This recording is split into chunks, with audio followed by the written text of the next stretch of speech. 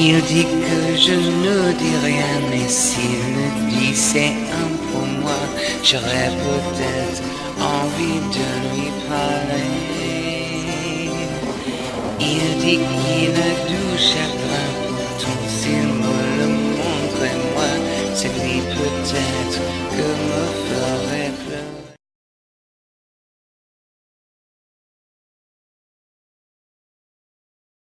Hello, welcome to this special edition of HILLJAYNE Unfiltered. I'm so excited to interview someone who I often talk about people who radiate light, and this is someone who reeks of yellow. She is one of the most positive, one of the most upbeat human beings I've ever been fortunate enough to meet in my life.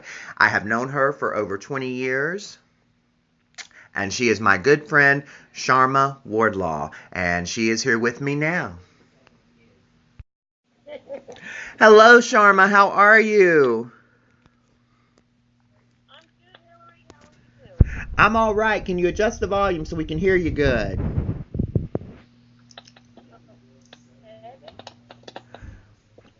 And maybe should I put them closer to my mouth? Yeah, you might need to. Find out. There we I go. think this. Can you hear Ah, me look at better those now? lips. Okay. Sharmah, Okay. it's so good to see you. It's so good to have you as a guest. I wanted to interview you for so many reasons. One, because when I think of some of my time in Atlanta, I think of you because you were, how should I say, you were like a mother to all of us horrible brats back then. And you made sure we ate, you made sure our rent was paid on time, or, you made sure the rent was paid, not necessarily on time, because none of us were good at that. Hold on just a minute. So, what have you been up to in the last few years? Um, when we all left, when we left the place, I was dating a guy. I was dating David, and I went on to become a mother. We had a child together, and and I have a 16-year-old now. Good God, has it been that I have a long? daughter. Yes, it has. Actually, in a couple of months, I'm about to celebrate her 17th birthday. I'm Wow. about to have a senior. Wow. In a What, little while, I'll be an empty nester, so to speak, I guess. and I was very close to you and your wonderful sister. How is Sonali? I want to give a shout out to Sonali Wardlaw, my good friend.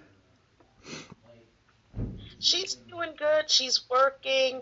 I think that she's trying to relocate back to New York City, actually. Oh, she'll only be 3.5 hours away from me. Yeah, she Yeah. will. I'm loving the red Um, hair. I'd like to think I had something to do with that. Actually, you did. Because I think I left you a message to thank you for the inspiration because I've been a redhead now for about 5 years. Yeah, yeah. Well, you look There was something wonderful. You that know, I wanted to. I've always thought of you, Sharma. You're always so upbeat. And through life, we have many, many trials and tribulations. And you're so calm and you're so, I don't know if you're into the laws of attraction, but I'm starting to get into that. There's been some changes in my life that I want you to know about. And I'm learning the secret, Sharma. I'm learning the secret. I'm learning about energy, and you are what you put out. And I remember you were very much into that kind of thing. I remember you were kind of into the Wiccan thing a little bit back in the day. I don't know if you still are. You practice some of it, the good part, the good parts. Not that there's any bad parts. I don't want to make any of my witch sisters mad, but you were always so yellow and so upbeat. How how are you like what how and why are you, let me just give an example. Can I give this example? I remember before you moved in with Thomas and me, you were having some problems with rent, and it was a very traumatic time, but you were always smiling. You never lost your positivity. How in times of darkness do you remain positive? Just by knowing that as I'm putting something good out, something good has to come back. We just don't know when, and that's what you do. You just keep keep moving, and you keep moving in a good direction, and not don't freak out, and don't be scared. Don't be pessimistic. Be an optimist. Always look for the good. There's always a silver lining to everything, Yeah. and it may not come when you want it to, but it will come. Yes. And always be thinking, always be moving forward, always progress, don't regress, and don't dwell. Right. You know? How do you not hold Just grudges? always being constant. How is it that you don't hold grudges against people who aren't very nice, who don't necessarily do kind things? How is it that you remain? How do you not be a bitch to them? Because through this show, I'm getting some haters, and as you and I know, the haters are what make you famous, are they not? Yeah, the haters are what make you famous. But I've got this thing where I want to defend myself when they say things. I want to defend myself, and I've got to stop doing that. Give me a tip. How can I stop? Just, take deep breaths. Get the oxygen going to your brain. Get yourself saturated. And, just think, well, something must be wrong with them. That's their problem, and you don't need to dwell on it because you've got other things to do because you're too busy. That's so true. Just keep on going. That's all. That's so true. And this is and it's like, you can get, you stupid, you ignorant, and and you're extra, or you're petty, whatever, but that's your problem. I'm going to let that on you, and I'm not going to take it. Right. When you're a glamour girl, when you're a glamour girl like you and me, when you like glamour, when you like your hair, you like your lashes and everything like you and I do, people love to come for us. They come for me. They come for me like crazy. Look, I did a public service announcement against CC's Pizza, and 75% of the people commented on how I looked. And, I'm just like, wow. So when you're I notice that when you're comfortable with who and what you are, people just have a hard time with it because they're not, right? Yeah, and, but leave them because they're in the dark. They haven't found their nirvana. So leave them to do that, because I'm busy. I got other stuff to do. Listen, and in a big sense, you don't patronize them. Right. You see, don't patronize them if you don't have to. Right. Let's go back. Let's revisit the late 90s, early 2000s. Let's revisit the late 90s and early 2000s of Atlanta, Georgia. Let's revisit Chamblee, Georgia, at Ashford Dunwoody Apartments. What was it like living with Ashford Plantation? That's right. What was it like living with a 25-year-old Hillary Mansfield and her bosom buddy Marissa and Thomas? What was it like living with us? And be honest, what was it like? I loved it because, to me, that was one of the most fun times in my life. It was very interesting, just learning and making sure you guys took your medication. You got up, got ready for work Yes. the way that you wanted and needed to be, finding, jobs, making sure we were at, where we were supposed to be every day. And sometimes it was like a frat house. Yes. or a sorority house. Sharmah, was I, in retrospect, I think Friday nights. Oh my God. Yes, Friday nights. Describe a Friday night. Describe a Friday night at Ashford Plantation. Friday night was, everyone comes home from work, you eat a little bit, everybody gets the shower, shaved, and snatched. and then out the door. And that was always magical to me. I loved, that was like the energy in the house was so high and so good. What was it like? Charlotte? And you all looked incredible, and everybody looked incredible.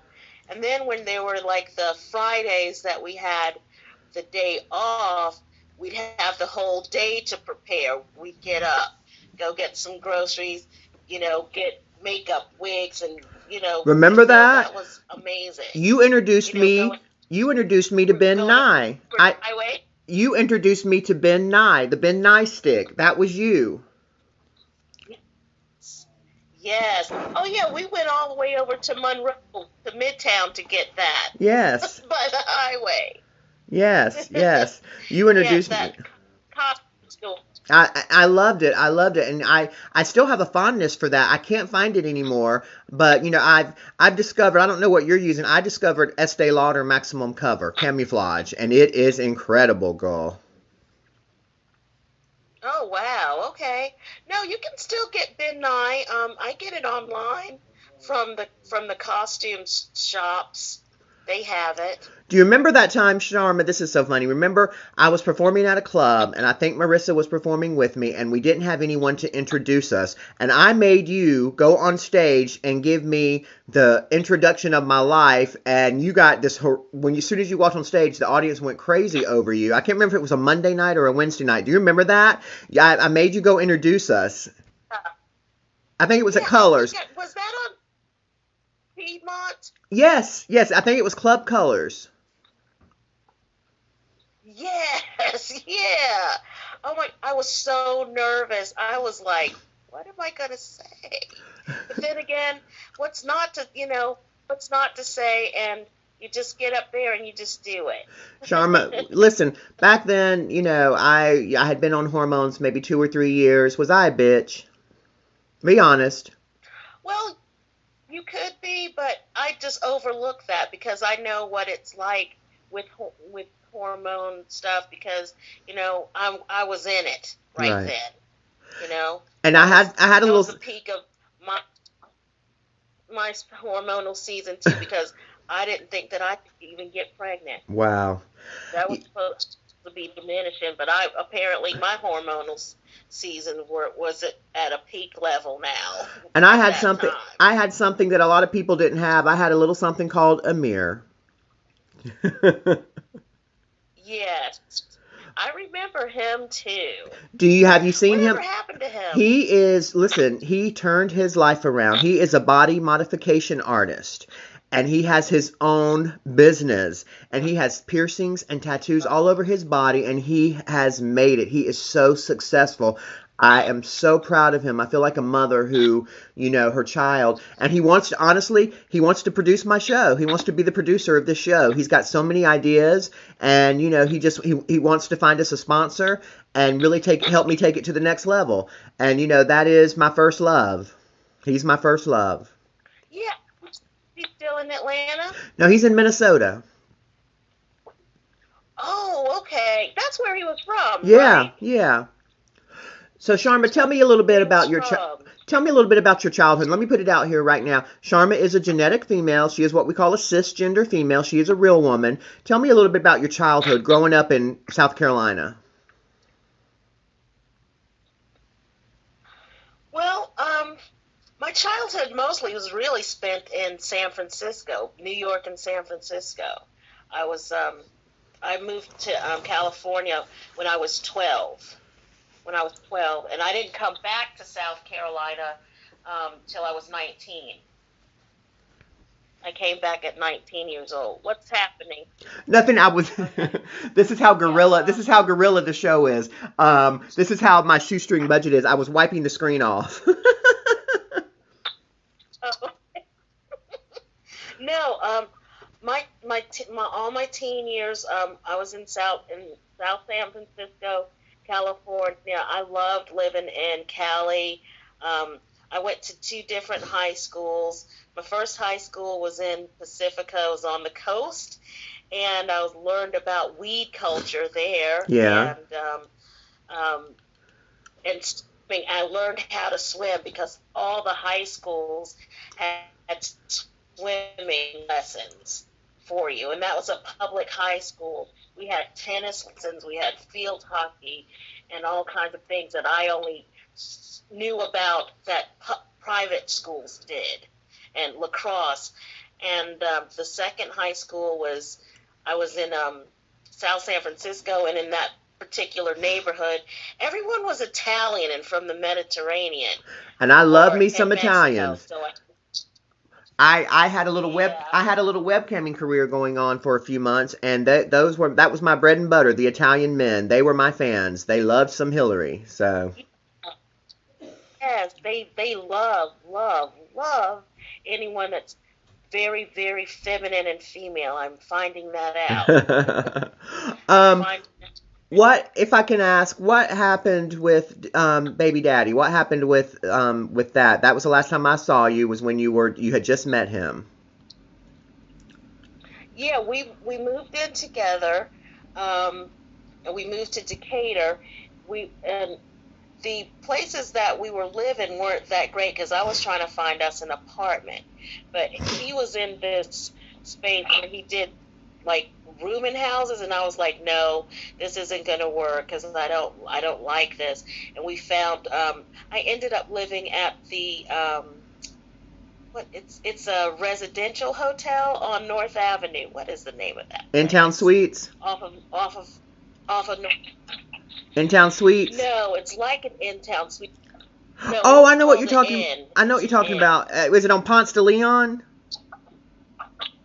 Yeah. Oh yes, girl. No, that's not for us. No, no, no, no. But actually then it was really kind of nice.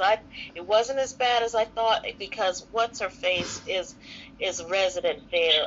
Blondie. Okay, yeah, Remember yes. where Blondie, she was my neighbor, and I was pregnant, and she used to rub my belly every so often, and we would give her rides to the Claremont Lounge Yes. every night before we Um, start working, because I worked there then. listen, what did you think about when you heard about Julie? Our beautiful Julie. I, I was so beside myself. I cried for 3 days. They've never I could released not believe that. they've never released why she passed away, how she passed away or anything, so it's all up in the air. None of us really know. So is that still a mystery and an Yes. unsolved Yes. case? Yes. Do you have photos of her? Because Yes. I'd love some photos of her because I talk about her a lot. I have lots. I'll send you some. I'll Yeah, send you I'm some. because okay. Julie was a friend of ours from Greenville, South Carolina. She was this big, beautiful, buxom transsexual who looked like Pamela Anderson, and she actually did silicone work, and she did a little bit of work on me, and we lost her about 3 or 4 years ago. Yeah, And you know, my mother, who she you was such a go ahead. girl. My mother, who you knew very well, you, her, and Thomas stood up one night talking. You came to my show that my mom was at, where I gave her flowers and everything. You know, my mother ventured on, Yeah, is no longer of this earth, but she's my angel, and I remember she liked you very, very much, and she always felt comfortable because you were with us.